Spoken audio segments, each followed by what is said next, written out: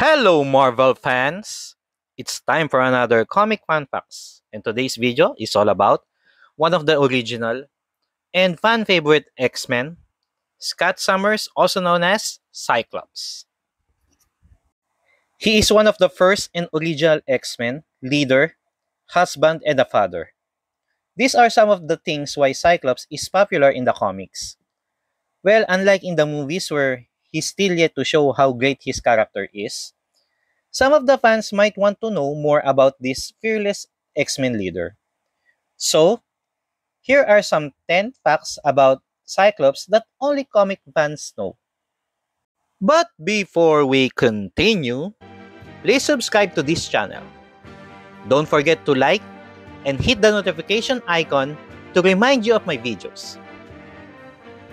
Wait, and before anything else, just a good news from my subscriber. I would like to ask everyone to participate in my Q&A trivia. You just have to comment your answer in this video.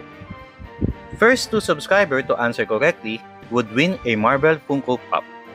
The remaining subscriber that would participate will win exclusive stickers from this channel. Just follow some of these guidelines. Number 1, you have to be a Philippine subscriber. Number 2, like, share my video on any of the social media platforms. And number 3, just answer both of my questions correctly. Check the questions on the description below. And so, Marvel fans, are you ready? Okay, Mega Optic Blast! No, wait. I mean, let's rock! Number 1, Cyclops has 2 brothers. Cyclops actually has 2 younger brothers, both of which are mutants. We all know the one is Alex Summers, also known as Havoc, and the second one is Gabriel Summers, whose existence was just a rumor for a long time. He is a powerful mutant known as Vulcan. Vulcan also has energy absorption and manipulation powers, though a greater degree than either of his brothers. But, wait. We all know Scott and Alex are immune to each other's powers.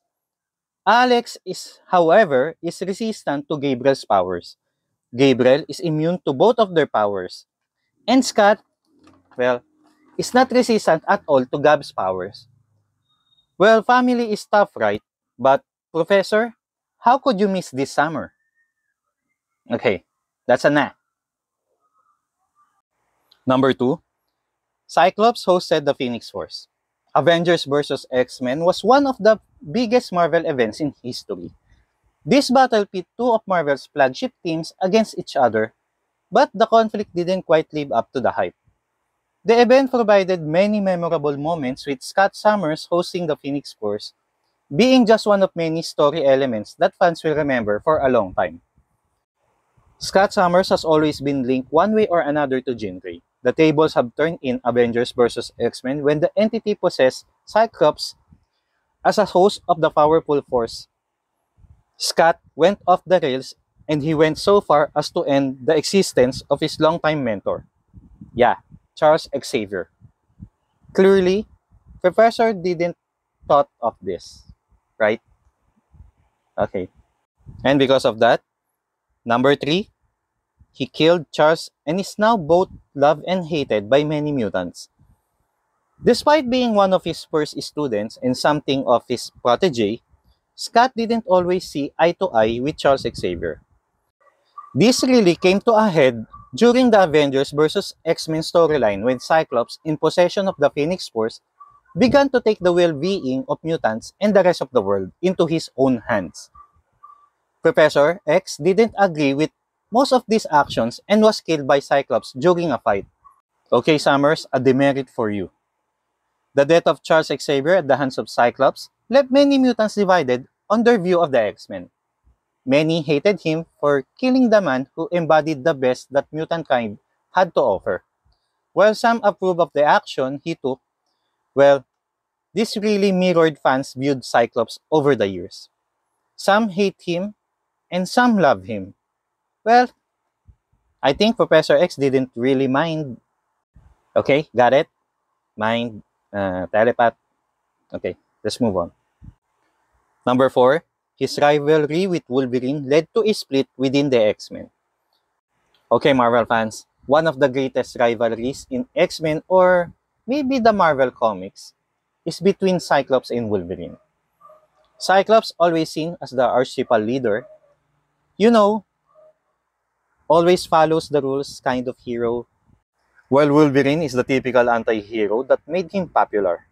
Later on, the two X-Men would clash not only in leadership styles but also over the affection of fellow X-Men Jean Grey. Wolverine's later addition to the team would create a love triangle. Yeah, just like in the movies. Okay.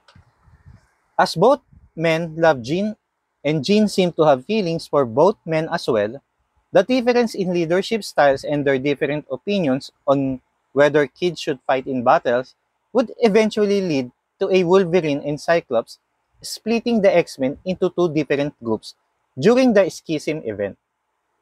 Wolverine would go on to open the Jean Grey School of Higher Learning, while Cyclops stays in Utopia. Would you two stop this quarrel? Professor, do something, please. Number 5, Cyclops' powers have been retconned. Retcons and comic books go together like a puto and kuchinta. Okay, that's good. At the very least, they're permanently linked because writers are always looking for ways to add new life to the characters that had been around for decades. And our boy Cyclops is one of the many comic book heroes that has experienced various retcons. Particularly, the energy source of his optic blast has been changed for the better.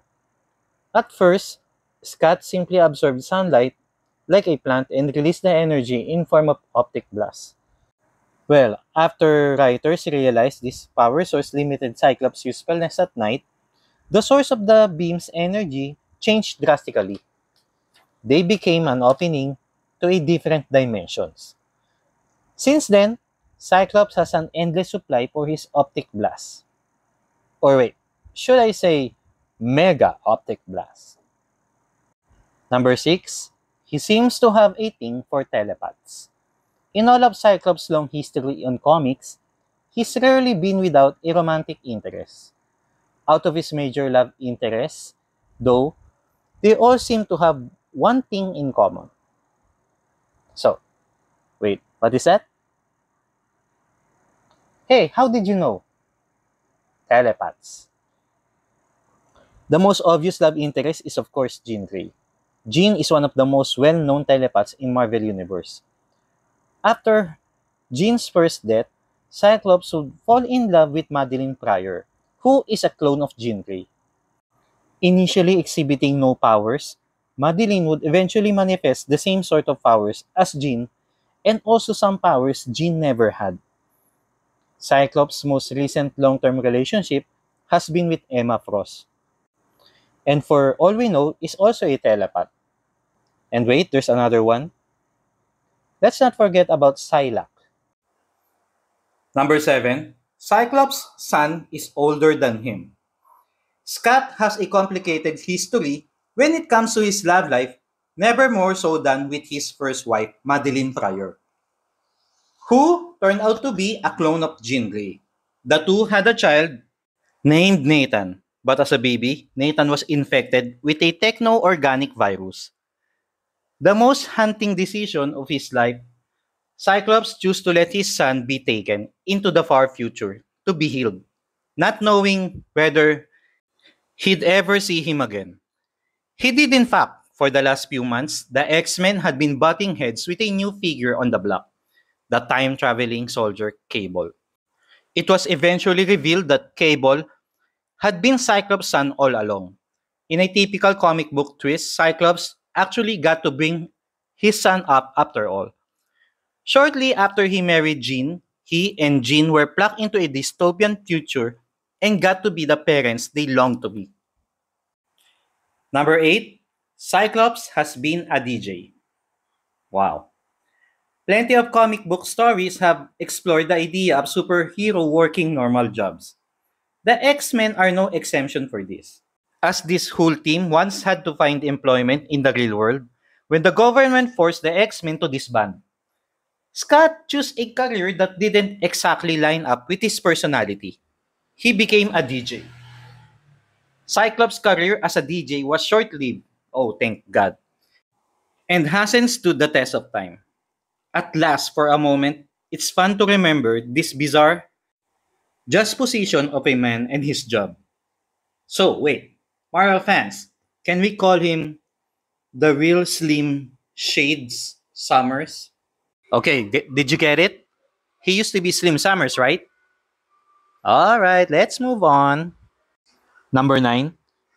Cyclops' optic blast can break adamantium. Scott certainly had an eventful arc in the Age of Apocalypse. We've already mentioned that he lost an eye, and during that same fight with Wolverine, Cyclops didn't quite take an eye for an eye. Literally. But he definitely returned the favor.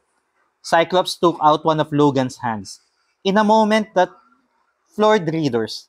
Yes, adamantium, as we all know, is one of the strongest metal in comic books, and it was once thought that to be indestructible. Wolverine's skeleton is fused with the metal, which makes him even more unstoppable. When Cyclops uses his optic blast, well, I bet it's on the maximum to take out Wolverine's hand. Scott demonstrates the sheer strength of his optic blast. Well, I thought Thor's hammer is indestructible too. What the heck? Number 10, he is one of Stan Lee's favorites. Well, that's why he is still here. The X-Men were originally created by Stan Lee and Jack Kirby back in 1963 and have gone on to be one of the most successful comic properties ever. In an interview since then, Stan Lee has been asked about his favorite X-Men. Lee said in an interview with Wizards magazine that Cyclops, along with Beast, is one of his favorites because, as he puts it, I love tortured heroes. And he was tortured because he couldn't control his powers. Well, we can all agree because Cyclops has been around for over 50 years now. Well, love him or hate him, there is no arguing that Cyclops is one of the most prominent X-Men. Despite the reduced role he played in the original series X-Men, he remains popular. He is one of the original group. Cyclops has gone from new recruit to field commander to leader to mutant terrorist over the course of his more than 50 years in comics. And I am one of the fans that is happy to see his character has given a more significant spotlight in the Disney Plus series X-Men 97. Given his place at the forefront of so many X-Men and Marvel storylines, it is likely that most fans already know plenty about him. And yes, you have reached the end of this video. Again, I'm inviting you to participate in my raffle trivia. Questions will be at the description below. Please leave your answers on this video. Thank you for watching, and I'll see you again, Marvel fans! Bye-bye!